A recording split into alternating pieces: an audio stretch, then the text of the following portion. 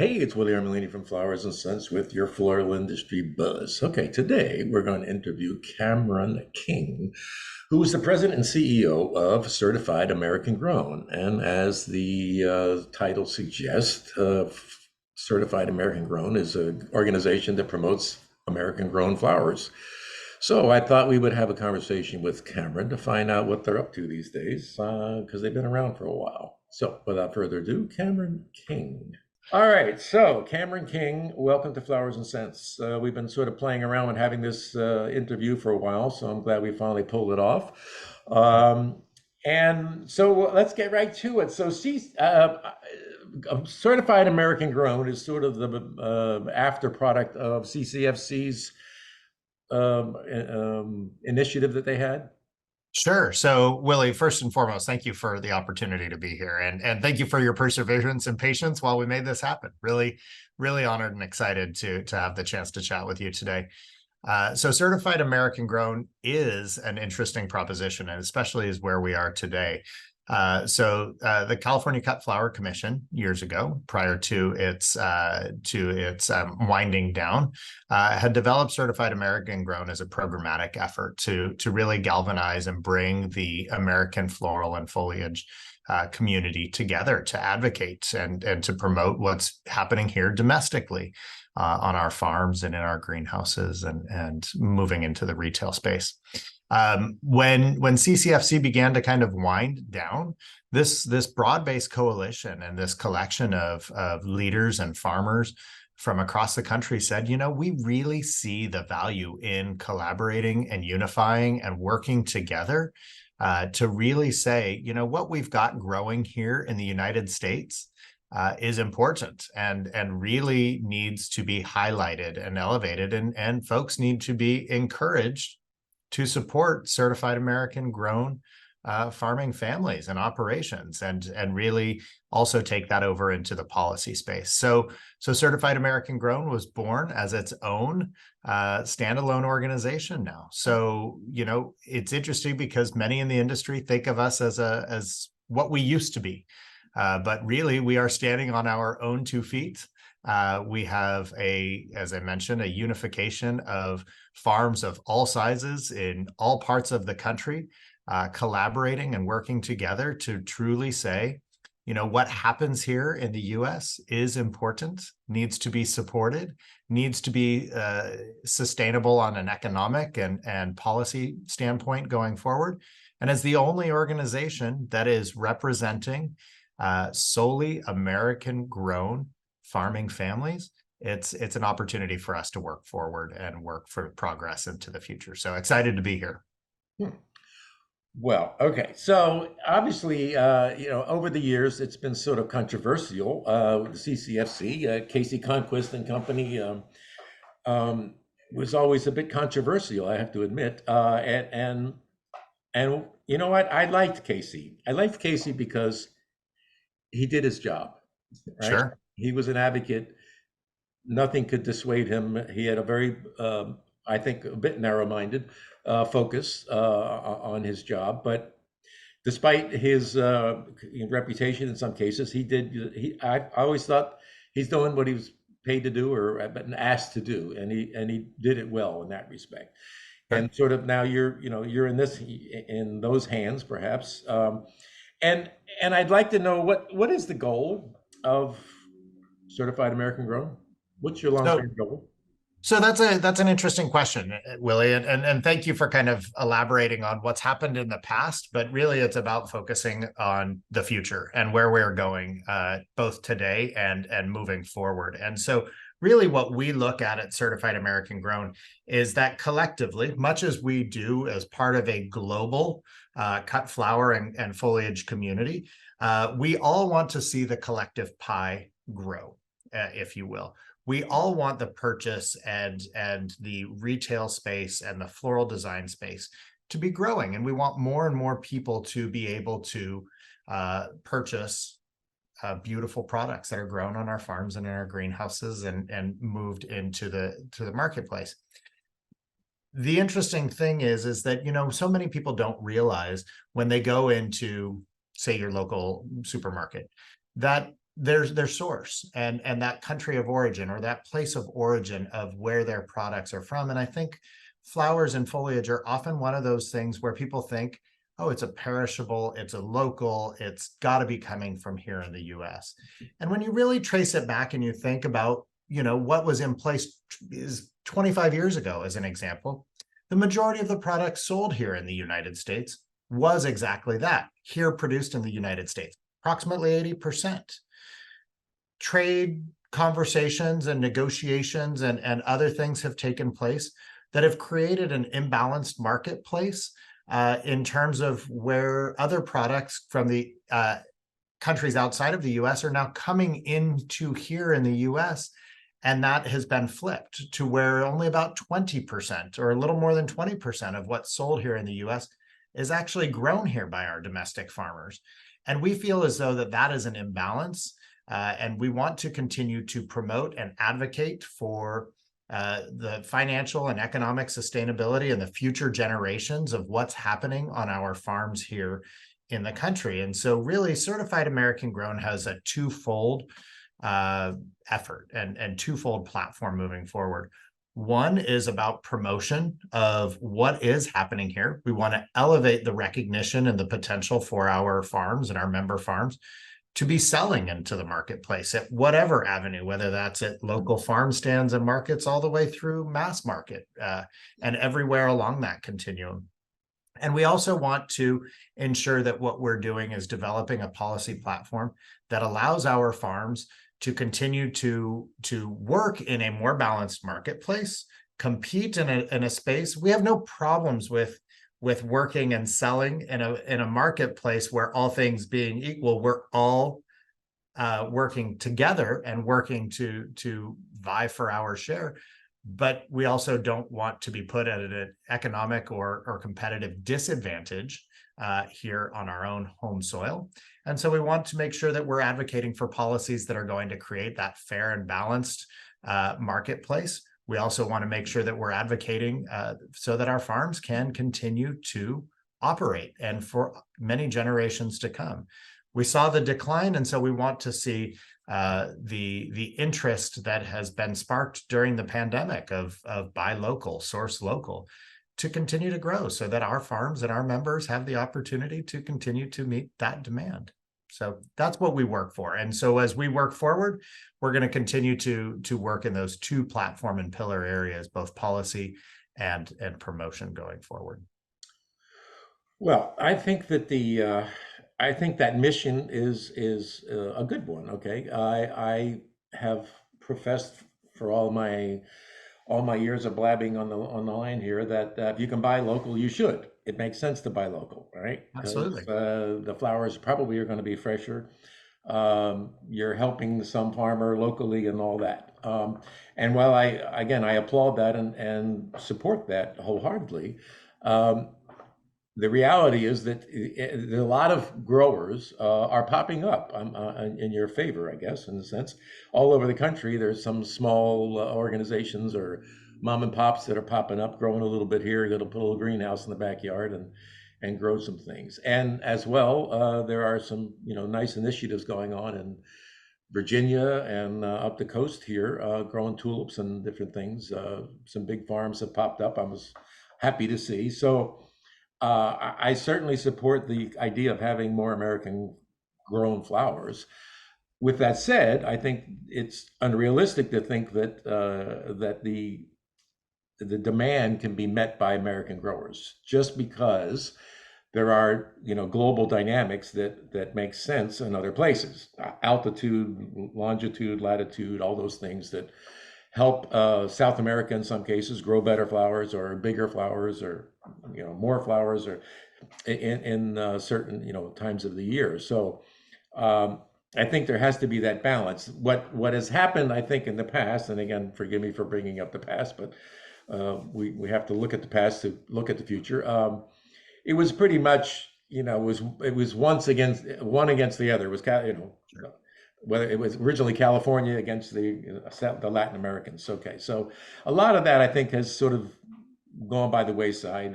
Duties have changed, and some of the politics have changed and different things. But I have always wanted to see this more of a balance where, okay, and your counterparts there in California, I think, have done a nice job of sort of raising the bar and saying, okay, we're promoting flowers.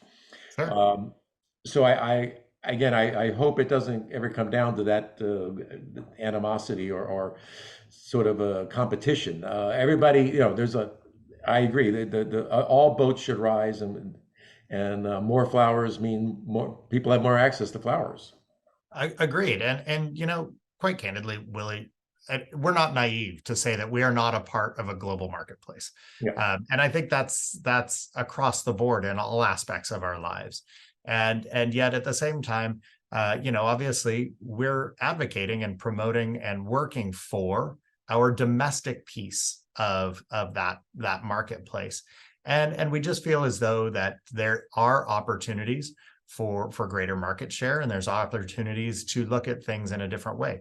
Do we ever see it being, and I think you're absolutely right, the us versus them, or whatever the mentality that used to be, is not appropriate. And I don't think that's the case in any aspects of our lives, but really what we should be doing and should be doing here domestically is whether we're supporting or promoting or sourcing or buying our cheese or our butter or our steaks or our steel, whatever that may be, all things being equal, if we can source and support American and support our friends and family and our colleagues and our local economies, we should absolutely be doing that. And truthfully, we think it's important for people to have an informed choice and an informed opportunity to make their own decisions. And when consumers and policymakers or others aren't hearing from the American side of things, or aren't being given the opportunity to say, oh, this bouquet or these purchases of products, flowers or foliage are from here versus here, then they're not given the opportunity to make an informed decision. And we just feel as though that transparency and that informed decision is a huge opportunity. And so Mhm. we're going to continue to push and work forward to make sure that everybody says we love our American products. They're grown in every country or in every state in the country. They're grown at different parts of the year. And so there's all sorts of products and all sorts of things available at all times. So why not source and move forward in a really positive and exciting way? Yeah, I am okay, and I agree on that. And I have been saying actually myself that I believe there is production in every state. All Absolutely. right. Every state, literally from Florida to Alaska, Maine to California. I mean, and it's interesting because when you think of the size and scope of the US as a country and our geography and our different climatic conditions and growing conditions, designers, consumers, people have the opportunity to source local, source American, and buy at different points in time, in some cases where they're not able to source from other places. Let's use Alaska as an example. The peony community up in Alaska is phenomenal. I There's know. over 200 peony farmers up there that are coming into production in a space where no one else in the world is producing peonies in those summer months. So what a beautiful opportunity to be able to source from here at home and source beautiful products in an area where you may not have otherwise considered. And so that's where, one example of being able to take that diversity and those growing conditions and seasonality and really highlighting and moving those forward. Yeah, not a lot of people realize peonies come from Alaska. When I tell people that, they're like, huh, how does that work? Right. And it's funny because, from a horticultural perspective, it does seem kind of like a mind shift that needs to occur, but the growing conditions are fantastic up there. Or for our folks growing on the coasts of the continental US on a year-round basis, or producing in greenhouses and high tunnels and others in different points of the year. It's just phenomenal, the opportunities that are here. And peonies are a good example, actually, because you can get them all year round, but they come from all over the world because different parts of the Absolutely. country of the world have the climates of different times of the year. So that's a great Well, thing for the consumer. Absolutely. And quite candidly, much in the similar way, they're coming from all different parts of the country all throughout the year because of our diversity and size and scope of growing conditions and again that seasonality. So sometimes it means that you have to think a little bit differently, rather than just the I want what I want when I want it because that's what I know. But really, the broad array and the palette that is available for designers and consumers to utilize that's homegrown here all year round is pretty spectacular. Yeah, and one of your fans, Lane DeVries, of course, is a big advocate of that. But I think in general, what has happened over the many years that I've observed this is that the domestic growers have sort of focused on things that don't travel well, right? So that you're not snapdragons out of South America or some of those products just don't travel well. So domestic growers, of course, have a lot of them have capitalized on that and Sure. growing things that just make more sense to grow locally. Well, and I think that's a really good point, Willie, because if you really sit back and look at things from a capitalistic perspective, yes, you want to meet what the market is demanding and what the market is requesting, but you also want to find those niches and those opportunities to really sit back and say, what can we produce and what can we provide, both to meet those demands as well as to meet what the market is able to access. And so we've got folks that are mass market, Lane being one of them, the Milanos, Fern Trust down in Florida, and others that are really finding niches and opportunities to provide beautiful products on an ongoing basis that also are meeting the needs and opportunities for folks, whether they go into their floral designers or their retailers or their grocery stores or even just sourcing direct through these farms, which is another fantastic thing that we can do here in the US far more easily. Source direct from farms. How fantastic is that?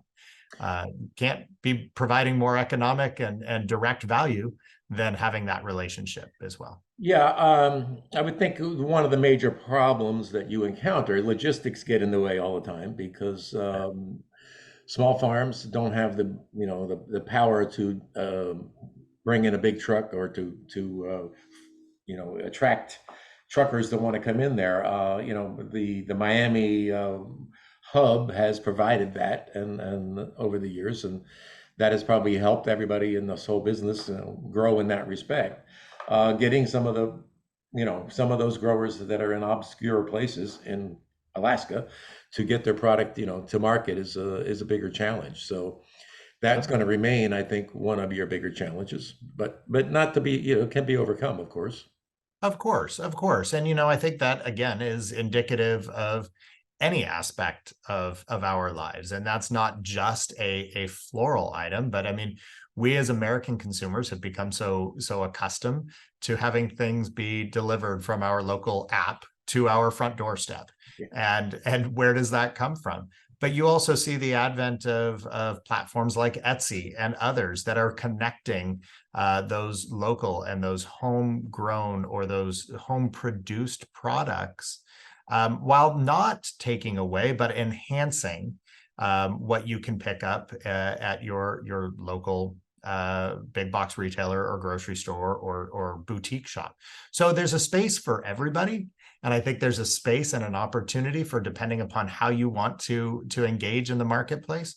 We're just regularly asking that, one, engage in the marketplace, buy flowers, buy flowers and foliage, and two, when you're doing so, please make sure to look for and take the opportunity as you can to buy American grown and ask for American grown. And so, And they know that because of your license plates. Are you still using that? well, the license plates is a California grown specific item, but we Oh, do okay. have a seal that is actually a red, white, and blue seal that says certified American grown. And that is taking above and exactly Okay. taking above and beyond what is just California produced product, and that it could be utilized and is being utilized by farms all across the country. So when you see that, that is truly an American grown product. And if we still see the license plate, then that's specific to California. Absolutely. Absolutely. But, you know, at the same time, Certified American Grown has really worked hard to create that informed decision proposition. So, you know, we worked with Customs and Border Protection to advocate and for the implementation of a law that was put on the book so that if you go into your local grocery store, as an example, and you're picking up a sleeve of Gerbera daisies, as an example, there should be, and consumers should be looking for on the UPC code or on a label on there, the country of origin. Yep. Product. And Yep. exactly. And if that's not on there, then that means that that piece is probably not in compliance. And we encourage folks to share that with us and others. But the other piece of that is, again, an informed decision opportunity that people can sit back and say, what, all things being equal, if I have two bouquets here of the same thing, and one is American and one is an imported product, we're going to encourage folks to purchase the American, because that translates back to what you were mentioning before. Homegrown jobs, homegrown sustainability, supporting families, supporting local economies, supporting teams that are working in our fields and greenhouses day in and day out, that's going to create that further economic value here at home. And that's pretty spectacular and pretty special for us to be able to have a piece of that. Yeah, and that was a, I know that was a big decision to get everybody to put that label on there to say product of. Yes. But I encourage that. I think that's a positive sign, and again, give the consumer the choice. I agree with that. And it's not indifferent than what's happening in many other parts Yeah, of it's cheese or milk or bread or whatever. I mean, everything has got some delineation of where it came from, so or should. And that sort of leads me to my 20 minutes goes fast here when you do this. You know, I'm writing a book. I wrote a book actually about my experience in the flower business, and it's called "Flowers Come From Where." And Sure. so I'm working on publishing it, by the way.